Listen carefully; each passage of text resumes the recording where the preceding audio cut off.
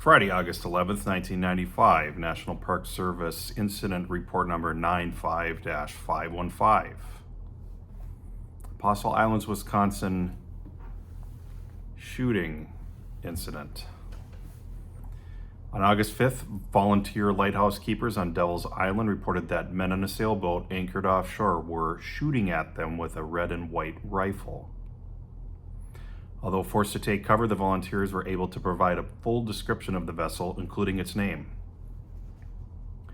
Rangers intercepted the boat with backup assistance from the Coast Guard and discovered that the rifle was in fact a homemade potato cannon, a device constructed from a PVC pipe which employs combustible hairspray as a propellant to fire raw potatoes with considerable force to a distance of up to 200 yards.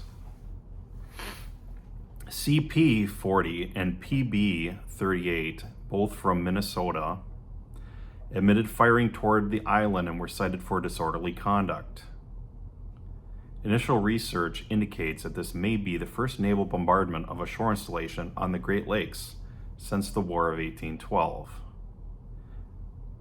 Bob McGrath, DR, APIS.